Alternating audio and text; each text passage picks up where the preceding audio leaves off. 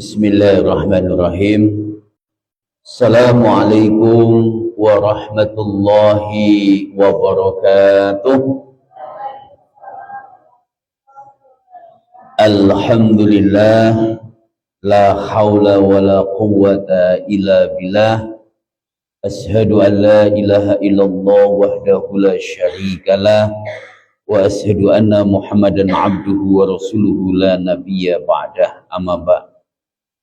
Para bapak-bapak, ibu-ibu, para yai, bunyai, ustadz-ustadzah sedayanipun ingkang tergabung wonten pimpinan cabang Muhammadiyah Genuk yang alhamdulillah tadi malam diguyur hujan dan hujannya setia sehingga tidak lewat-lewat.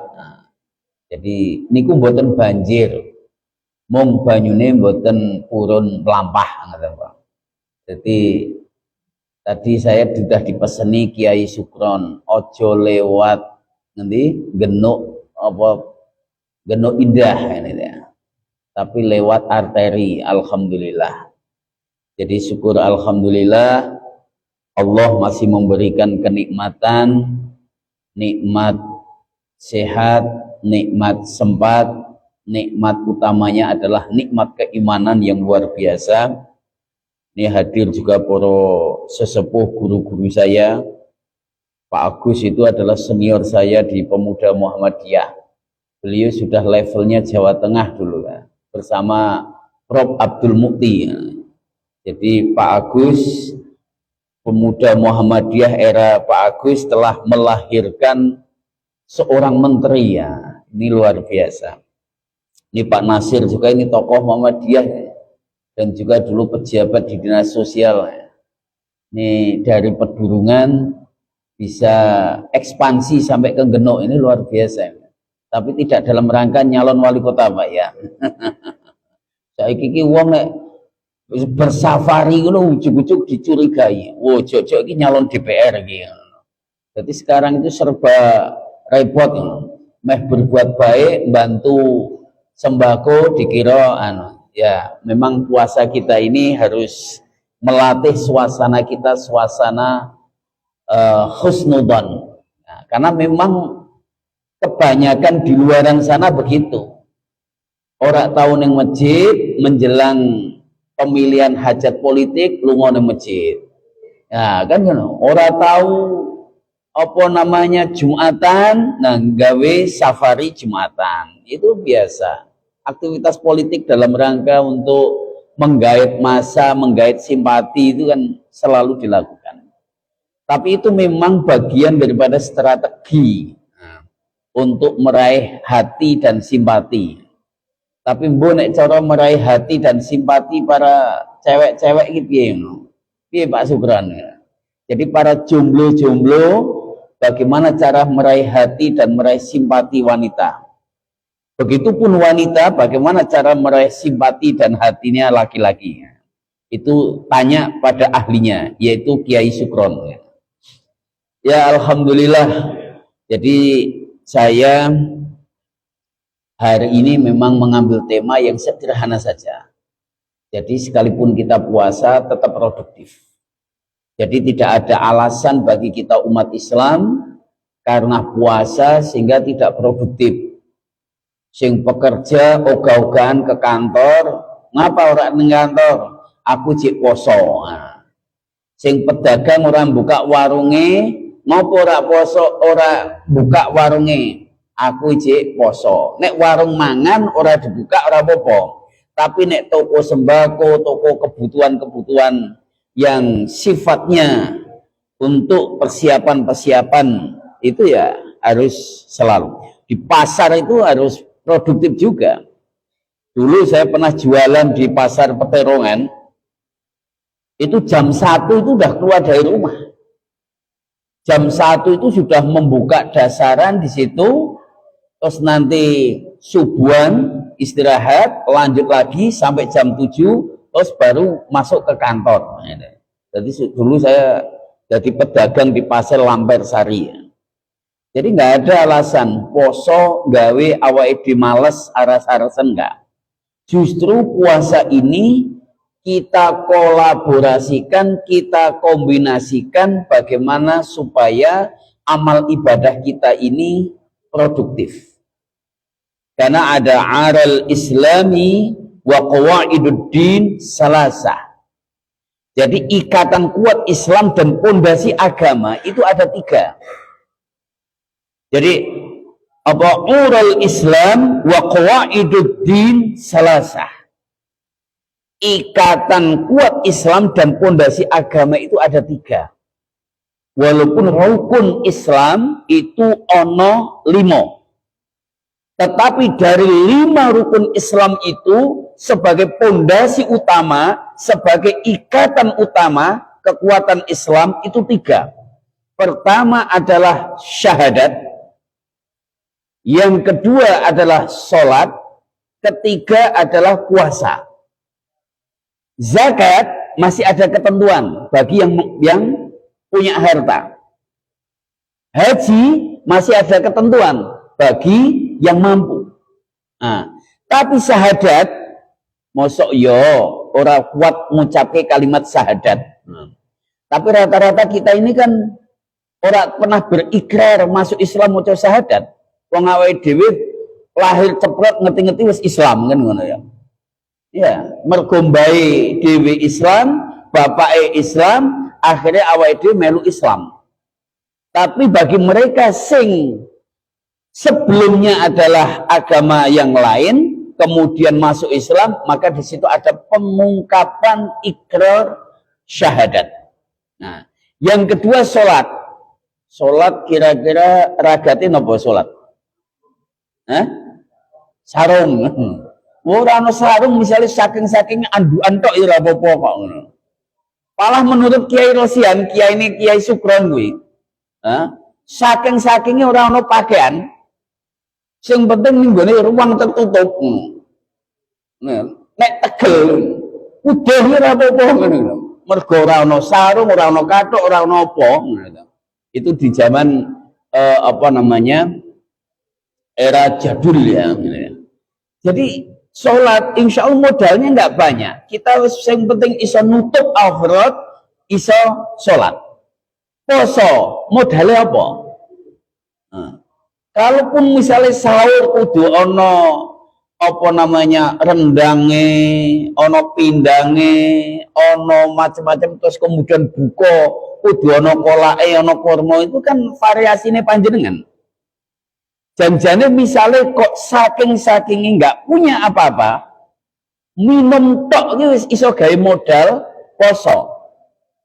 Sahur ngombe banyu putih, buka ngombe banyu putih, itu udah sah.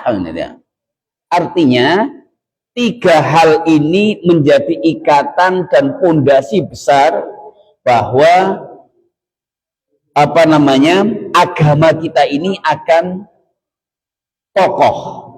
Ketika umat Islam wis ora memperkuat akidah dengan syahadatnya, yang kedua ketika umat Islam sudah tidak sholat, ketika umat Islam wis ora poso, jangan harap pondasi Islam ini akan kokoh. Ini ngeri ya, ada penelitian. Umat Islam itu sing taat dengan agama nih, itu kurang lebih hanya sekitar 30-40%. Bahkan di daerah tertentu, orang Islam yang taat dengan agamanya itu hanya 15%. Itu penelitian dari Alfian Tanjung. Jadi kemarin saya ketemu Ustadz Alfian Tanjung di Masjid El Azhar Banyumane dan cukup lama dialog.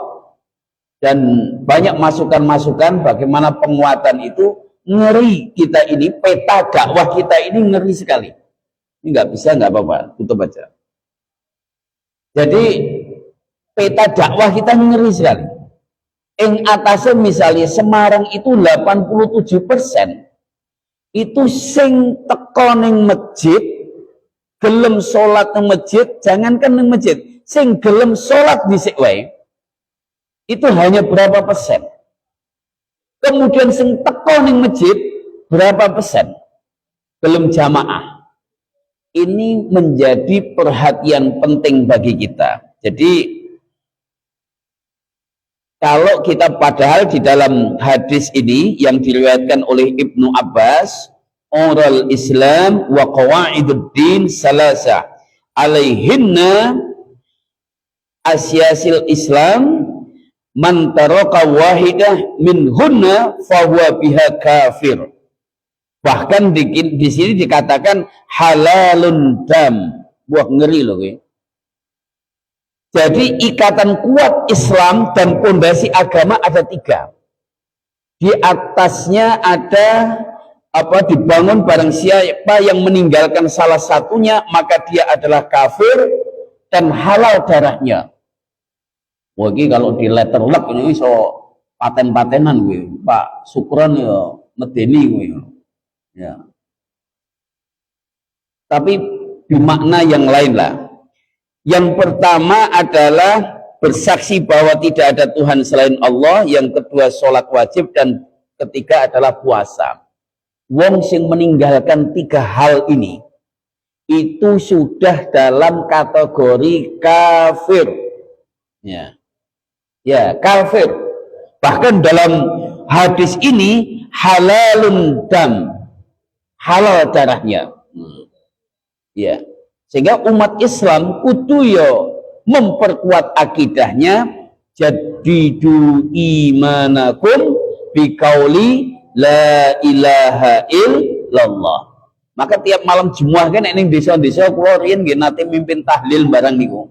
Niku kan mesti kalimat itu, jadidu imanakum biqauli la ilaha illallah, la ilaha illallah Muhammadur Rasulullah. Pak Sukron hafal ya. Jadi jadidu imanakum biqauli la ilaha illallah. Salah satu upaya untuk memperbaiki iman kita itu adalah dengan ucapan kalimat la ilaha illallah. Bahkan ada ahabul kalam indallahi arba'. Ada 4 kalimat yang paling dicintai oleh Allah Subhanahu wa taala, itu 4. Apa? Pertama adalah subhanallah, kedua alhamdulillah, ketiga Allahu akbar, keempat la ilaha illallah.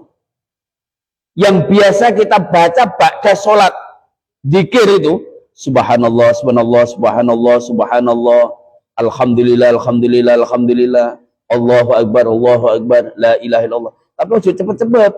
Panwa, akhirnya ban ya. Ya. Padahal ning desa kan maune wis awale apik. Subhanallah, subhanallah, suwi-suwi panwa. Jadi subhanallah, subhanallah, subhanallah. Nah, mengapa Muhammadiyah tidak pakai butiran-butiran tasbih? Jadikanlah tangan kita ini bagian dari untuk menghitung di dalam zikir kita, sehingga nanti ketika al-yauman nahtimu ala afwahihim wa tukallimuna aidihim. Jadi tukallimuna aidihim, ben tangane awake dhewe kuwi melu menjadi saksi kalau kita zikir subhanallah, alhamdulillah, Allahu akbar, la ilaha illallah. Ini yang perlu diperkuat. Jadi bahkan penelitian-penelitian yang lebih tragis lagi, umat Islam yang loyal terhadap keislamannya tidak ada sampai 50%. Jadi kalau sekarang ono wong sing menghina Islam, kalau sekarang ada orang yang melecehkan Al-Quran, kalau sekarang ada orang yang melecehkan masjid, sing bela, itu nggak ada 50% dari komunitas yang ada. Ya. Jadi ketika mohon maaf, ono wong bakar Al-Quran yang pakai live streaming itu, sing wani protes hanya berapa saja. Ketika ada POK festival tidak jauh dari Masjid Kauman, sing protes tidak ada 10%. Ini jelas penghinaan terhadap Islam, ini penghinaan terhadap masjid, ini penghinaan terhadap kota. Kuwi sing membela orang yang melakukan perlawanan terhadap pork festival, festival olahan daging babi, itu hanya segelintir orang. Ketika kami mau dengan teman-teman tuh membuat namanya GAMI, Gerakan Anti Maksiat Indonesia, bukan poligami loh Mas ya, namanya GAMI, Gerakan Anti Maksiat Indonesia, Semarang. Kita melakukan pendataan terhadap tempat-tempat maksiat, karena ini bagian daripada perintah agama. Ketika ada kemungkaran di situ, maka ubahlah dengan tanganmu. Ketika dengan tanganmu tidak mampu, dengan lisanmu. Ketika dengan lisanmu tidak mampu, paling tidak dengan hati berdoa. Ya. Nah, ketika kami melakukan itu nggak banyak. Maka ini menjadi perhatian bagi kita, bagaimana Islam itu akan ikatannya kuat, dan pondasi agamanya juga kuat. Salah satunya adalah memperkuat akidah. Yang kedua, bagaimana istiqomah di dalam gerakan sholatnya. Ketiga, bagaimana istiqomah puasa. Saya masih melihat tadi lewat di arteri, ning arteri itu kan ono apa namanya warung pecel terkenal ya. Ya, gue itu rawamene ra karuan. Tak delok iki lho. Lah iki kan aku kenal wong kan Islam, cek nom gitu ya. Ini terkait dengan suatu ketika baginda Rasul Muhammad SAW itu dalam tidurnya itu sempat bermimpi didatangi dua orang, terus kemudian mengajak baginda Rasul untuk naik ke sebuah bukit yang tinggi. Terus baginda Rasul menyampaikan, berkata kepada dua orang itu, wahai saudara, mana mungkin aku bisa naik ke bukit yang sangat tinggi dan terjal. Lalu dua orang ini mengatakan, akan saya bantu. Yang satu itu pegang pundaknya baginda Rasul yang kanan, yang satu pegang pundaknya baginda Rasul yang kiri. Dipapalah diajak sampai ke atas dan sampai ke bukit. Baginda Rasul diperlihatkan banyak sekali orang-orang bergelantungan. Wakinya ditali di atas, kepalanya di bawah, kepalanya dalam posisi pecah, dari mulutnya banyak darah. Lalu Nabi kaget. Wahai sahabatku, dua orang ini adalah malaikat. Baginda Rasul itu ketika ditemui oleh malaikat Jibril itu kan selalu seringkali menyerupai seperti manusia. Walaupun Nabi wis ngerti, iki ora manusia biasa. Karena wis ngerti aromane. Ini aroma sahabatku iki mesti mambu debu. Kadangkala kelambine telung dina urung dikumbah kan. Karena banyu kan Mekah angel kan gitu ya. Jangankan telung dina bisa jadi seminggu kan gitu ya. Tapi iki kok sing teko wangi rosi, ganteng, pakaiane iki lembut. Jadi ketika para malaikat Jibril menghampiri baginda Rasul, itu Nabi ki wis ngerti. Apalagi ketika datang pertama tiba-tiba langsung ditumpangke ning gone apa iki? Pupu ya pahane. Langsung ditanya gitu. Yo, Nabi ngerti yang datang itu siapa. Karena wis cetha iki beda karo sahabat-sahabatku. Sahabatku kadang ratus barang kok gitu ya. Iki kok wangi resi, wangi orang ono debu sama sekali, bahkan pakaiannya ini digoleki ning gone apa namanya? Tekstil ning kono ki urung ono babar blas, urung ono sing mikir tekstil kan ya. Lha ku wis lembute ra karuan. Ngerti. Nah, ketika dibawa ke atas bukit yang sangat tinggi, Nabi mengatakan, "Wahai sahabatku, itu gerangan ada apa? Kok banyak sekali orang-orang udah bergelantungan dan wajahnya rusak, keluar darah dari mulutnya." Lalu sahabat atau malaikat yang menyertai Nabi itu mengatakan, "Wahai kekasih Allah, wahai Muhammad, itulah gambaran umatmu ketika bulan puasa di bulan Ramadan sebenarnya mampu berpuasa, sehat, tetapi tidak melakukan puasa, maka itulah gambarannya. Wajahnya rusak dan dari mulutnya keluar darah. Itu dalam mimpinya Nabi. Nabi nek mimpi itu beda karo awake dhewe. Mimpine awake dhewe mergo kakean turu ngene. Iya. Lah awake dhewe karo Nabi kan bedane mung sithik.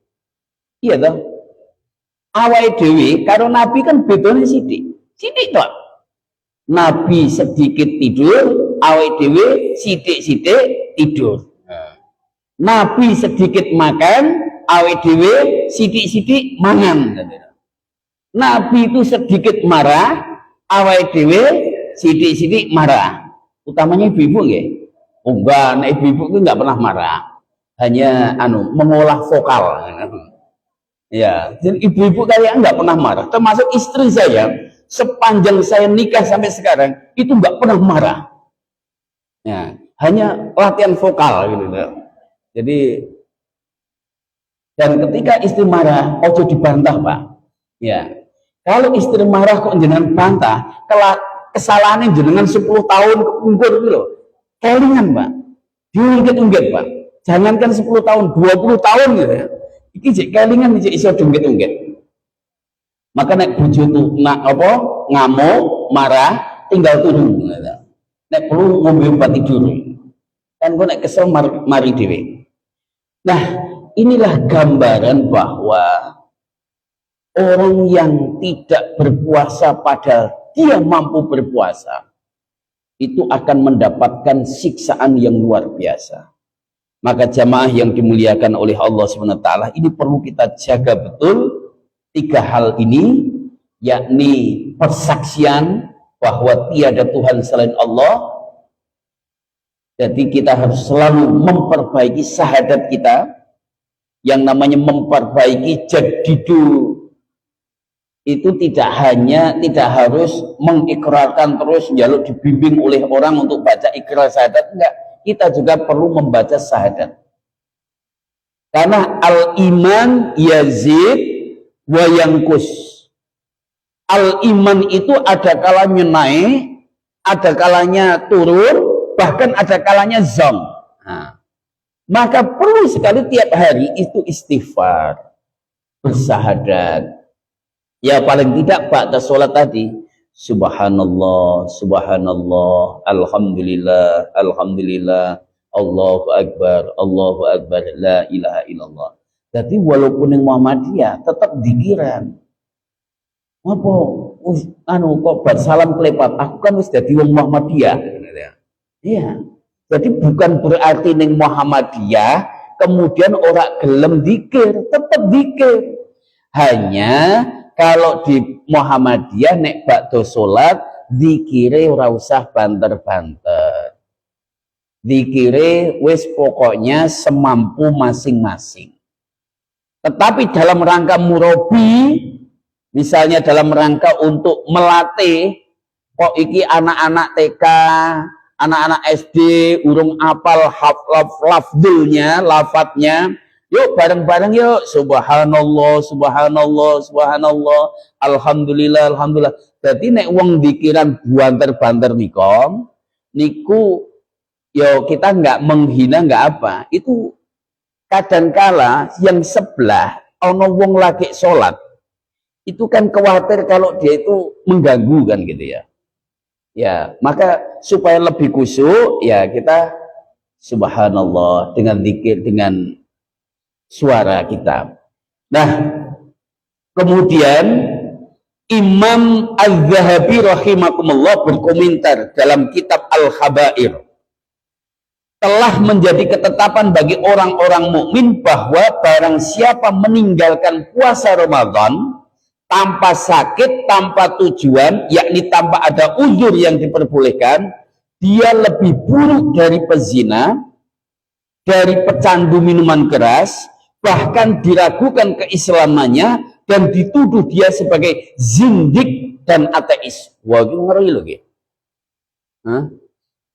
Jadi Imam Az-Zahabi rahimakumullah itu di dalam kitab Al-Khabair itu nanti perlu dicari di halaman 64. Jadi telah menjadi ketetapan bagi orang-orang mukmin, ya ayyuhalladzina amanu kutiba alaikumusiyam. Jadi kalau orang meninggalkan puasa Ramadan tanpa sakit dan tanpa tujuan, yakni tanpa uzur yang diperbolehkan, dia itu lebih buruk dari pezina, lebih buruk dari pecandu minuman keras, bahkan diragukan keislamannya dan dituduh dia sebagai zindik dan ateis. Maka mudah-mudahan kita selalu istiqomah. Kalaupun misalnya lagi sakit, atau ibu-ibu lagi menyusui, atau misalnya kita dalam safar bepergian karena ada uzur, dan itu bisa diganti pada hari lainnya. Ya. Biasanya ibu-ibu itu rata-rata utangnya berapa? Ono sing 10 dino, ono ora sing utang sampai meh 30 dino. Nggak ada ya. Kalau ibu-ibu berutang nanti 30 dino, berarti ya perlu dibawa ke rumah sakit kan gitu ya. Iya, kayak istri saya kemarin masuk rumah sakit itu masuk head meh 3 sasi kan gitu ya. Iya, mulai dari bulan November, Desember, Januari, meh Februari, akhirnya apa namanya kita periksakan, ternyata ada hormonalnya, ada miumnya, terus kemudian dirawat di rumah sakit. Alhamdulillah sekarang udah sehat. Oh pokoknya ngambil 3 sasi ya. Ya. Jadi insya Allah lah kalau kita semua istiqomah terhadap puasa kita, maka di dalam puasa itu kan iming-imingnya luar biasa. Man soma ramadhana imanan wahtisaban ghufira lahu ma taqaddama min dhanbi. Ada man qama ramadhana imanan wahtisaban ghufira lahu ma taqaddama min dhanbi. Sehingga nek awake dhewe nganggur tidak produktif di bulan Ramadan rugi. Man soma, barang siapa yang mau jalankan puasa di bulan suci Ramadan dengan dasar imanan wahtisaban, dengan dasar iman dan penuh pengharapan, ghufira lahu ma taqaddama min dhanbi. Diampuni segala dosa-dosanya, termasuk dosa masa lalu. Wes sekelam apapun dosa masa lalu, kalau kita ini melakukan amal-amal liyah di bulan puasa dengan imanan wahtisaban, ghufira lahu ma taqaddama min dhanbi. Sing ora iso diampuni dosanya itu adalah nek ijik diutang urung iso disaur. Lah kowe kudu mbayar sik njaluk hubungan karo manusia. Diutang urung iso bayar. Mbak, aku tangi karo jenengan 10 juta, tak bayar karo poso sedina ya. Ora iso kan. Aku utang karo Pak Syukuran 10 juta, tak bayar karo istighfar ping 100 ya Pak ya. Ora iso. Tapi utang karo manungsa ya harus ditebus dengan bayar utangnya itu. Ono kesalahan dengan sesama manusia ya harus ditebus dengan minta maaf dan harus ada pemberian maaf. Sepanjang kesalahan kita ini dengan sesama manusia belum selesai, maka inilah yang menjadi gandulan kita. Maka di dalam sebuah hadis yang diriwayatkan Bukhari itu ada 2 dosa yang Allah itu akan mengsegerakan balasannya di dunia ini dan kelak nanti akan dilanjutkan di akhirat. Itu 2. 1 melakukan kezaliman, yang kedua memutus silaturahmi. Nih. Berarti hati-hati mendolimi seseorang. Itu akan dibalas oleh Allah SWT di dunia ini. Dan nanti kelak akan dilanjutkan di akhirat yang lebih sadis, lebih dahsyat siksaannya. Melakukan kezaliman seorang suami, melakukan kezaliman kepada istri, istri kezaliman kepada suami, dengan tetangga, pemimpin dengan rakyatnya. Wah, ini dahsyat sekali. Maka ketika di Indonesia ini kok banyak sekali musibah bertubi-tubi, itu perlu evaluasi besar-besaran.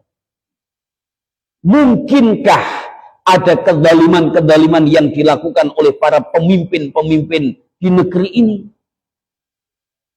Mungkinkah ada kezaliman-kezaliman para ustadz-ustadz, kiai-kiai, tokoh-tokoh agama Islam yang sehingga kadang umat Islam itu terkoyak? Nah, ini yang perlu kita evaluasi. Walaupun kadang-kala kalau ini diucapkan ada yang tersinggung. Pengawai dewi untuk musibah kok mau paido kan gitu ya. Tapi ini bagian daripada refleksi. Beberapa pengamatan di tempat di situ yang musibahnya, bencana alamnya itu sangat dahsyat, bisa dipastikan di lingkungan situ ada tempat perjudian, ada tempat miras, ada tempat prostitusi. Bisa dipastikan. Ya. Jadi LGBT. L itu longsor. G itu gempa. Jadi LGBT. B banjir. T tsunami. Oh ya. Jadi penyebab bencana alam yang ada di dunia ini, khususnya di Indonesia ini ya LGBT ini. Iya. LGBT itu yang menjadikan bencana bertubi-tubi. Maka perlu sekali pemerintah itu, saya seringkali di Semarang, kalau pengen kota Semarang baik-baik saja, hilangkan itu pusat-pusat kemaksiatan, perjudian, apa kafe-kafe yang remang-remang yang di situ ada jual narkoba, jual miras, kadang disediakan apa namanya PSK. Loh, itu ketika dulu Holy Wing itu di apa namanya membuat kekacauan, kegaduhan itu ada 2 minuman. Nah, sopo sing jenenge Muhammad karo Maryam maka akan mendapatkan minuman apa namanya miras ini secara gratis. Nah, ya, itu kan penghinaan itu.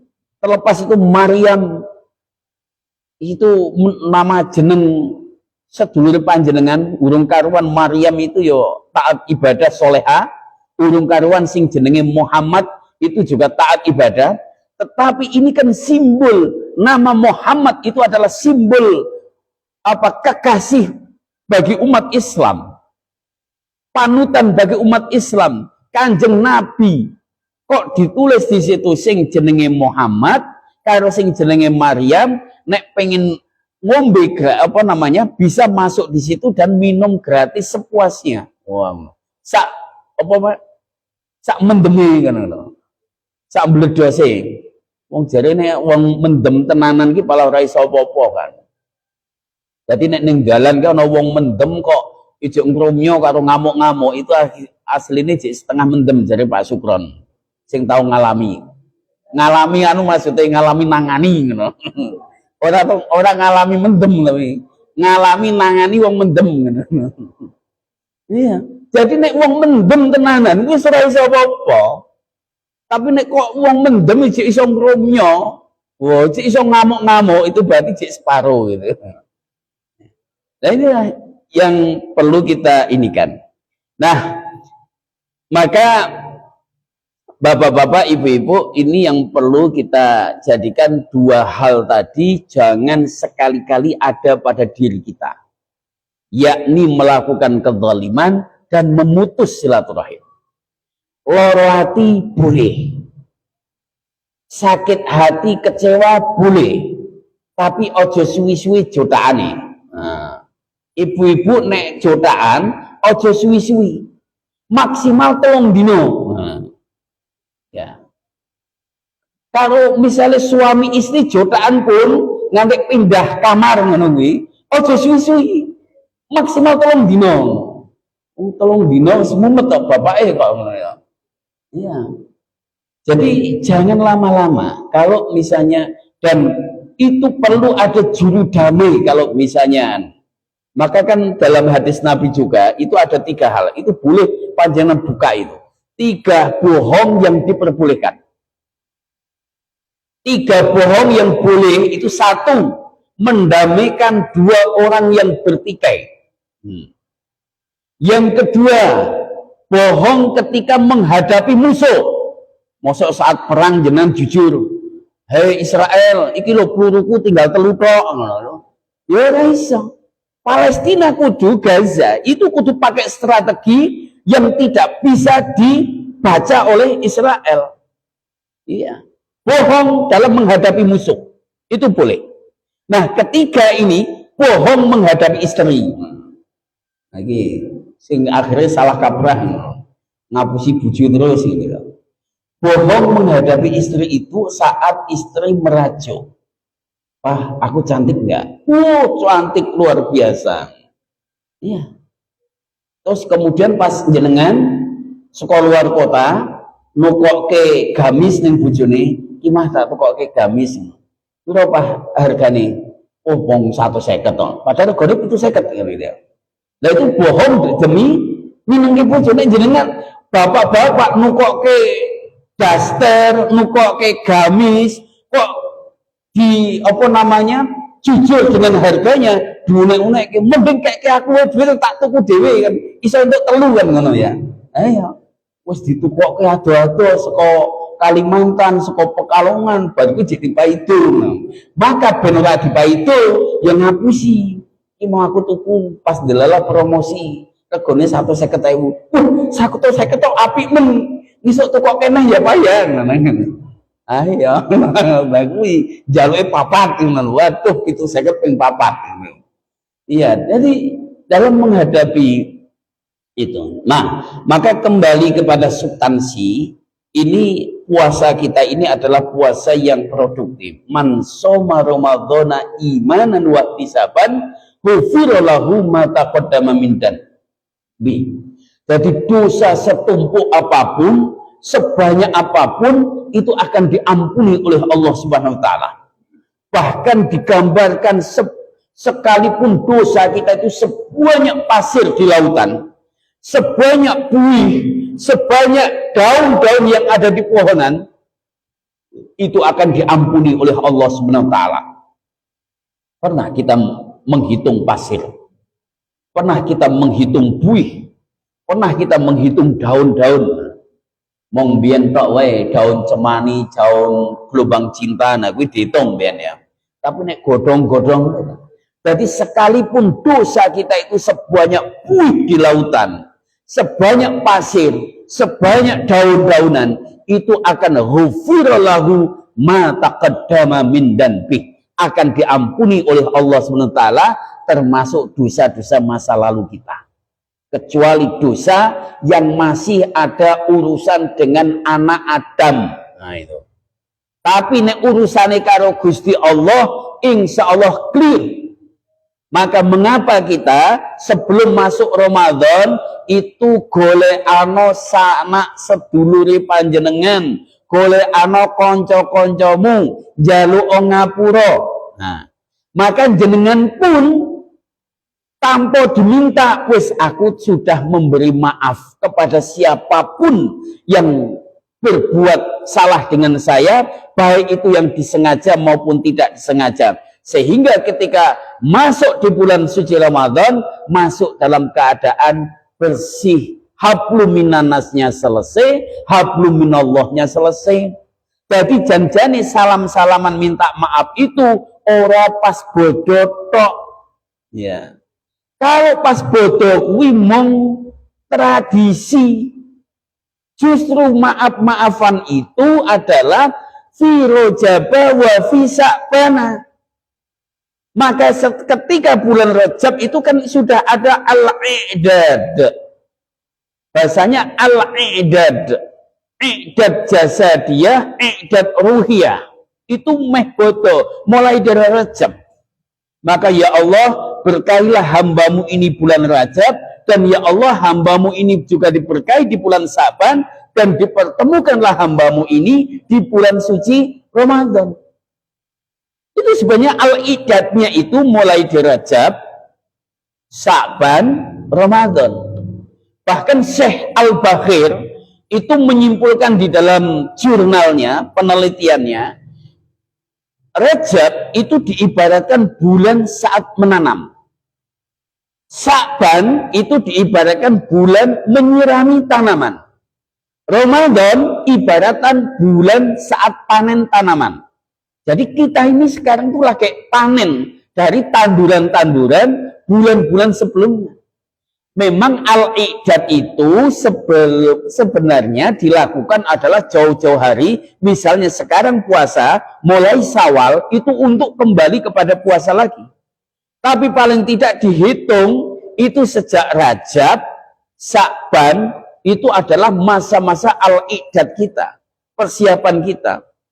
Sehingga nek tradisi Jawa mbiyen kan ono nyadran, ruwahan. Itu kan boso-boso Jawa mbiyen sing wong tuwa orang ngerti terkait dengan fikih secara pasti, maka wis pokoke gawe ketenger. Nek meh poso tu perlu do nyadran. Mergo ana ruwahan. Nah, tetapi bagi kita ini al-i'dad, persiapan meh masuk bulan suci Ramadan. Sehingga kalimat marhaban ya Ramadan itu tidak hanya sekedar ditulisan. Saya kok curiga tahun ini. Mengapa tidak ada tulisan-tulisan marhaban ya Ramadan? Di sepanjang jalan dan di kantor-kantor ini minim sekali. Coba panjenengan perhatikan. Jarang sekali. Baliho-baliho yang ada itu tak delok doh. Kok orang ada tulisan marhaban? Kenapa? Biyen akeh biyen. Ya, ya muga-muga mergo lali wae ya gitu ya, mergo lali. Tetapi tidak hanya euforia marhaban Ramadan dalam tulisan ucapan, tetapi marhaban Ramadan mergo awake dhewe siap sejak bulan Rajab, bulan Sya'ban, kemudian masuk di bulan Ramadan itu benar-benar masuk di bulan suci Ramadan dengan imanan wahtisaban. Dengan iman dan penuh pengharapan. Karena insya Allah kalau kita ini puasa dengan imanan wahtisaban, sekalipun lali sahur tetap kuat. Ya, walaupun sunnah yang ditekankan, yen buko dipercepat, yen sahur dikereke. Dan paling enak mengikuti jadwal imsakiyahnya Muhammadiyah. Subuh mundur 10 menit. Jadi lainnya wis adzan awake dhewe iso entuk mangan kuwi jane nek jenengan misale tegel ngono jane iso mangan 2 piring kuwi lho. 8 menit iki kira-kira berapa nek ibu-ibu memang makme rada alon-alon. Nek bapak-bapak pokoknya makme sop kan cepet gitu ya. Jadi kita ini kan subuh kita kalau di dalam imsakiyahnya apa jadwalnya Muhammadiyah itu kan masih mundur 8 menit. Di Indonesia ini janjane kegasian. Maka coba panjenengan itu umrah di Masjid Nabawi, Masjidil Haram. Bayar jenengan salat subuh, itu wis ketok padange ra karuan. Awake dhewe ning kene bar salat subuh, ijik hawane pengen turu meneh ngene. Iya, mergo isik rada remeng-remeng gitu. Iya. Kita ini kegasian, subuhnya dianggap kegasian, maka istihadnya di Majelis Tarjih di Persyarikatan Muhammadiyah itu dimundurkan 8 menit. Lagi untung sekali, beruntung sekali bagi wong sing rodok tangine kawanan kan gitu. Jadi cek iso apa namanya sahur kan gitu. Ono wis adzan wis aku tak melu Muhammadiyah. Jadi iso ge alasan kuwi. Dadi nek jenengan tangine kok wis adzan lagi tangi, jek ono 8 menit aku tak melu Muhammadiyah. Jadi al-i'dad, i'dad jasadiyah, i'dad ruhiyah. Sehingga insya Allah puasa kita tetap produktif. Sing nyambet gawe tetap nyambet gawe, sing sebagai pedagang tetap pedagang, sing sebagai aktivitas apapun tetap produktif, pelayanan masyarakat tetap produktif. Ini. Terus terakhir yang perlu kami sampaikan, wis jam 10 ini. Nah, wis sing meh beduk nanti ada pasukan beduk, siap-siap poso beduk. Nah. Ya, yang terakhir ini tambahan dakwah komunitas virtual ini perlu digalakkan. Termasuk ini adalah bagian ada di PCM Geno anak-anak mudanya di kajian Ahad pagi itu luar biasa. Sudah ada Instagramnya, sudah ada Facebooknya. Pokoknya sudah ada sebagai area publiknya, publishnya itu sudah ada. Ini luar biasa dan ini penting. Jadi ada pakar komunikasi Turki di Universitas Andalu itu mengatakan alat perang kita sekarang ini adalah HP kita ini. Jadi alat perang kita sekarang itu sudah bukan lagi bom, meriam, senjata, bukan itu. Jadi propaganda antara Amerika dan Cina sekarang sudah menggunakan medsos. Orang membangun image, menjelek-jelekkan orang itu dengan medsos. Mengangkat citra seseorang dengan medsos. Maka jangan remehkan medsos. Di Jepang itu kalau kampanye di dalam kegiatan-kegiatan sosialisasi itu tidak perlu banyak-banyak orang. Ngumpul ke paling hanya 10 orang, tetapi mainnya adalah di medsos ini. Nah, sekarang kita tuh kan di Indonesia masih model mengumpulkan uang di lapangan. Wah, ragatnya gede. Makanya pesta demokrasi di Indonesia ragat paling gede itu kan ngopeni konstituen. Ya, ono sing tek 100 miliar barang kok gitu ya. Ya, saya aja bakal calon ditagih 30 miliar. Jadi Mas Jumai siapkan 30 miliar. Itu pun untuk bakal calon wakil wali kota, 30 miliar. Wah, 30 miliar iso tak tukokke omah, tak gawe kos-kosan, sak omah misalnya gawe rata-rata apa jenenge 500 juta, wah iso untuk berapa? 6 rumah. Nah, gawe kos-kosan 5 tahun balik gitu ya. Gawe kawin meneh. Wah, tapi Pak Supron gitu. Ya. Jadi dakwah virtual otomatis kita harus berani menggerakkan. Utamanya adalah di Ramadan ini. Jadi bagaimana caranya selama 1 bulan aktivitas Ramadan jangan sampai luput dari kegiatan liputan media. Mulai subuhnya, zuhurnya, rawehnya itu harus ada. Orang kita mau dipotong-potong piye, diolah, ahli desainnya ada. Bahwa kegiatan masjid Dong Biru At-Taqwa Dong Biru ini adalah gebiarnya tidak kalah dengan Joko Karyan. Nek Joko Karyan menyediakan takjil sampai 3.000 piring, kita cukup 30 piring. Nah. Tapi di syuting tenanan, pertama 30, engko sampai 30 ribuan gitu ya. Ya, kalau 30 sampai 3.000 nggak apa-apa. Wong sehari gawe masak tok itu kurang lebih 50 jutaan ya. Itu Joko Karyan. Itu kita kenal Joko Karyan dari mana? Orang-orang seantero Nusantara Indonesia kenal Joko Karyan dari mana? Bahkan Malaysia, Singapura, beberapa negara neng Joko Karyan dari mana? Dari medsos. Dari medsos. Jadi Joko Karyan itu dikenal itu gara-gara main ketika itu belum ada Instagram. Ono nih masih Facebook sama YouTube kan gitu ya.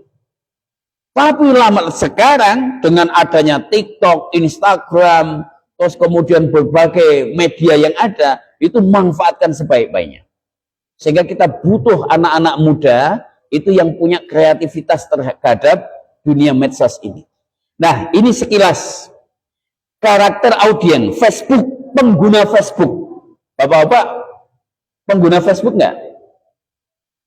Ini ya, usia rata-rata pengguna Facebook itu adalah usia antara 25 sampai 34 tahun. Terus kemudian itu sekitar 49%.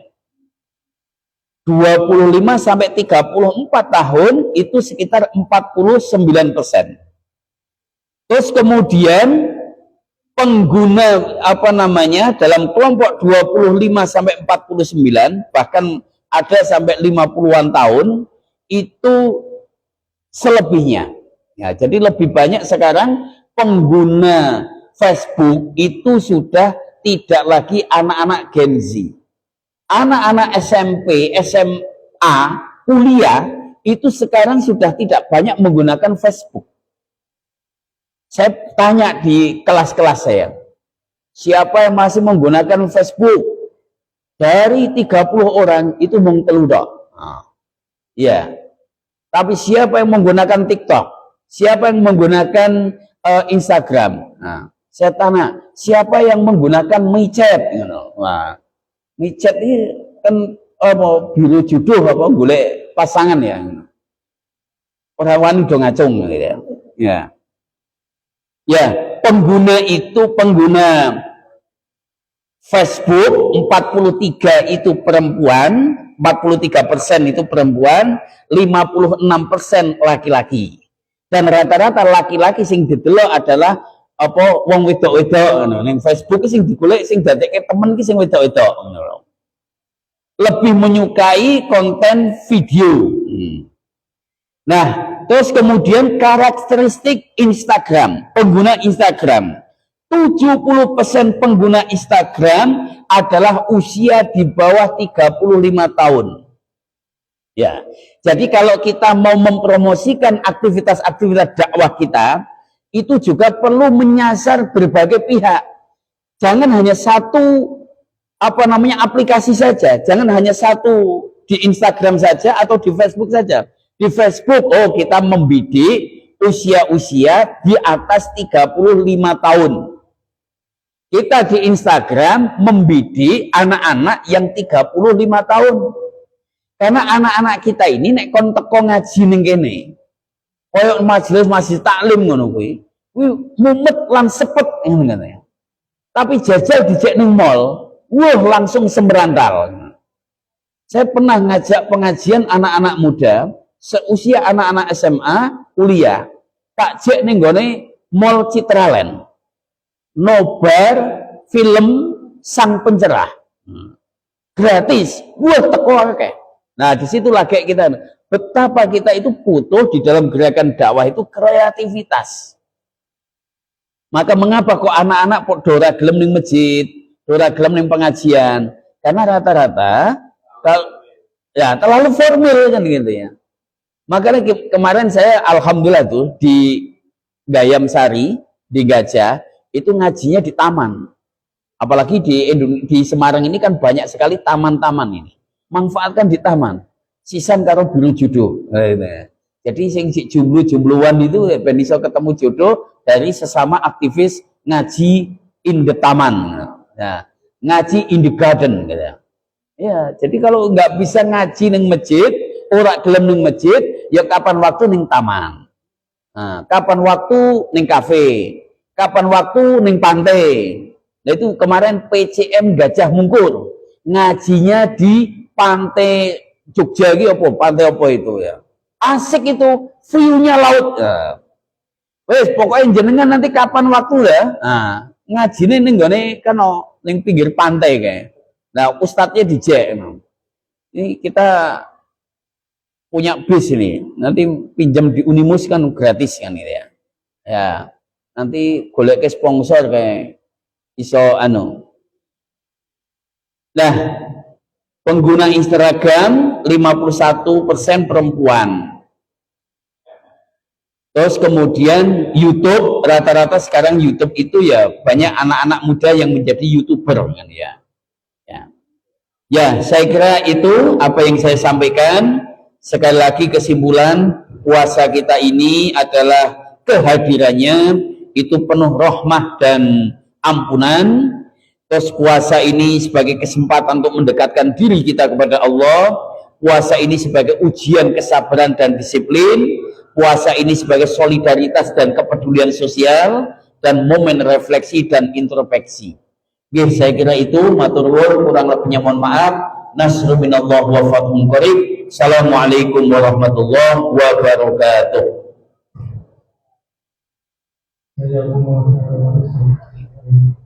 Acara selanjutnya adalah tanya jawab. Silakan jamaah yang mau bertanya kepada Ustaz Sinan. Balik, Mas Jumali tanya kepada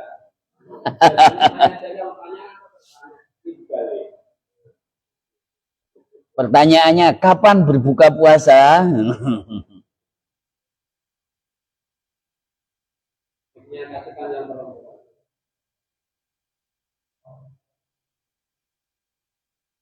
Monggo yang mau bertanya.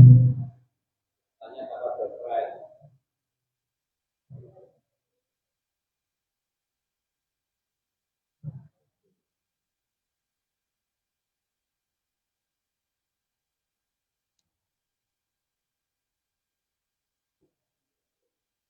Kalau nggak ada kita tutup aja.